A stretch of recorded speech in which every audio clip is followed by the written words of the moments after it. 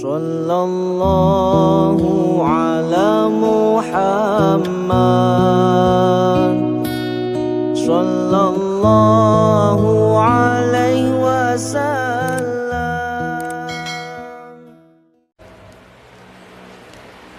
Waktu subuh seperti sekarang ini waktu yang sangat mustajabah, waktu yang sangat mustajab. Doa kita, permintaan kita, permohonan kita kepada Allah Subhanahu wa taala.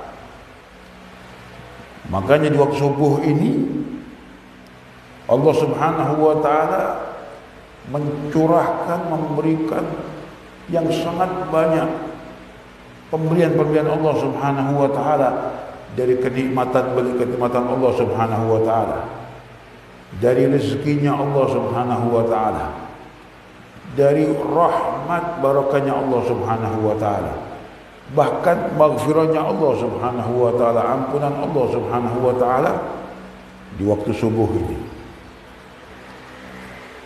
Bahkan bagi mereka-mereka yang beristiqomah waktu subuhnya, kata baginda Muhammad sallallahu alaihi wasallam dalam hadis yang mengatakan, man shalla subuh jama'atan thumma yadhkurullah hatta tatla' asy-syams wa yarka' rak'atain faka'annama hajjah wa umrah tamah.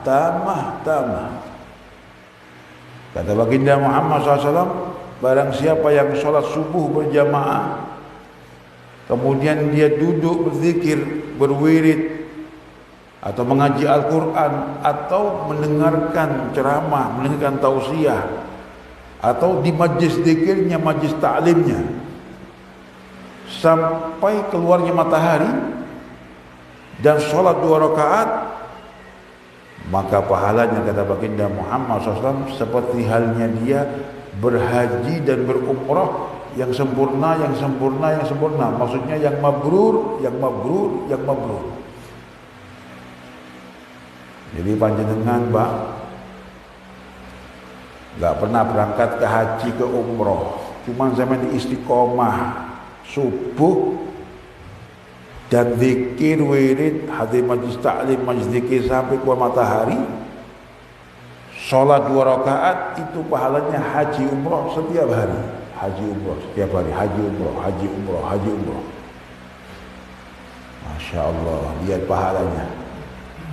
Bukan nanti ke Mekah, cuman pahalanya haji umrah setiap pagi dapat sampean. Itu kata ulama. Sholat 2 rakaatnya itu namanya sholatul isyraq. Usalli sunnatul isyraq rakataini adaan mustaqbillah ta'ala Allahu akbar. Kalau bisa 4 rakaat, 2 rakaat.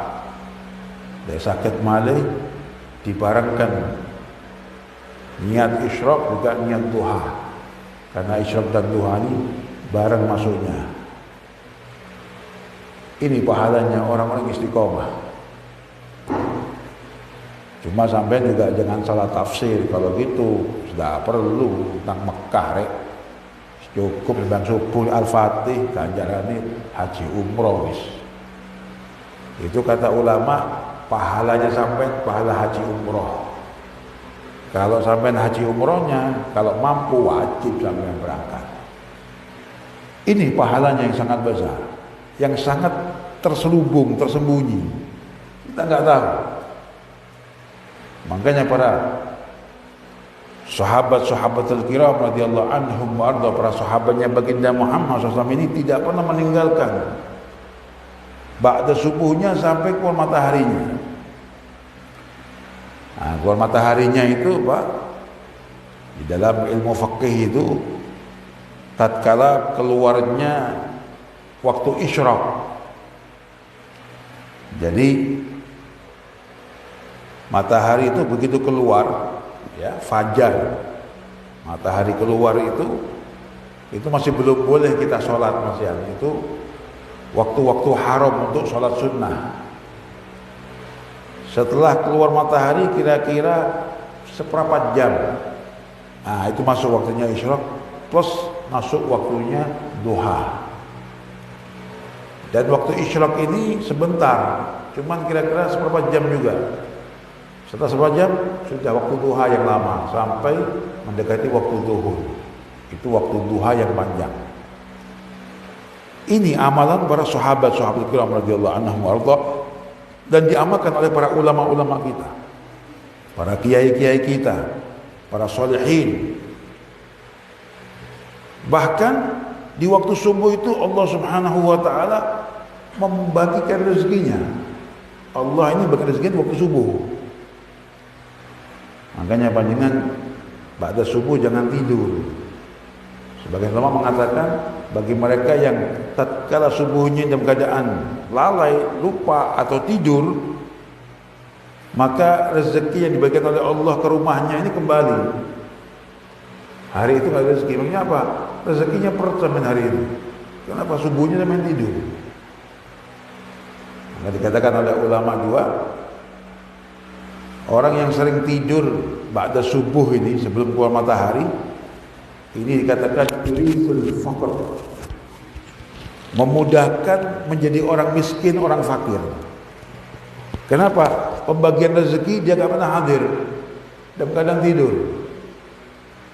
Juga kalau bisa para bapak jangan biasa tidur ba'dal asar sampai waktu maghrib, jangan, kecuali darurat.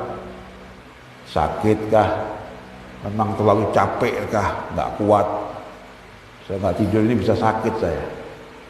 Kalau terpaksa darurat mungkin, kalau nggak darurat jangan tidur pada asar. Karena kata ulama, orang-orang yang sering tidur pada asar itu menjadikan yurisul gharam, memudahkan jadi orang gila, orang stres, orang tidur pada asar. Ini pentingnya ilmu. Yang mana di waktu subuh inilah Allah Subhanahu wa taala melimpah ruahkan rezekinya kepada para manusianya, hamba-hambanya. Juga waktu yang sangat mustajabah da'awat. Sampai pada subuh ini Pak, sibukkan dengan zikirnya panjenengan, wiridnya panjenengan, baca Al-Qur'annya panjenengan sampai ke matahari. Di situ doa-doa kita sangat mustajab. Apalagi diperbanyak doa-doa, doa duniawi dan doa ukhrawi, perbanyak. Ini tempat yang sangat mustajabah. Dan para ulama tatkala datang di waktu subuh ini banyak untuk mengondisikan doanya kepada Allah Subhanahu wa taala. Begitu pula dengan panjenengan menyibukkan diri di majlis zikirnya, majlis ta'limnya di waktu subuh. Ini begitu sangat besarnya mendapatkan rahmat, berkah, maghfirah Allah Subhanahu wa taala. Bahkan di waktu subuh ini, waktu pagi seperti begini, sangat mudah untuk menerima ilmu. Otak ini lagi dalam keadaan bersih, gampang menerima ilmu, menyerap ilmu. Makanya panjenengan pagi hari ini datang ini, duduk ini nggak sia-sia loh. Panjenengan sangat besar pahalanya, berkahnya, rahmatnya dari Allah Subhanahu wa taala.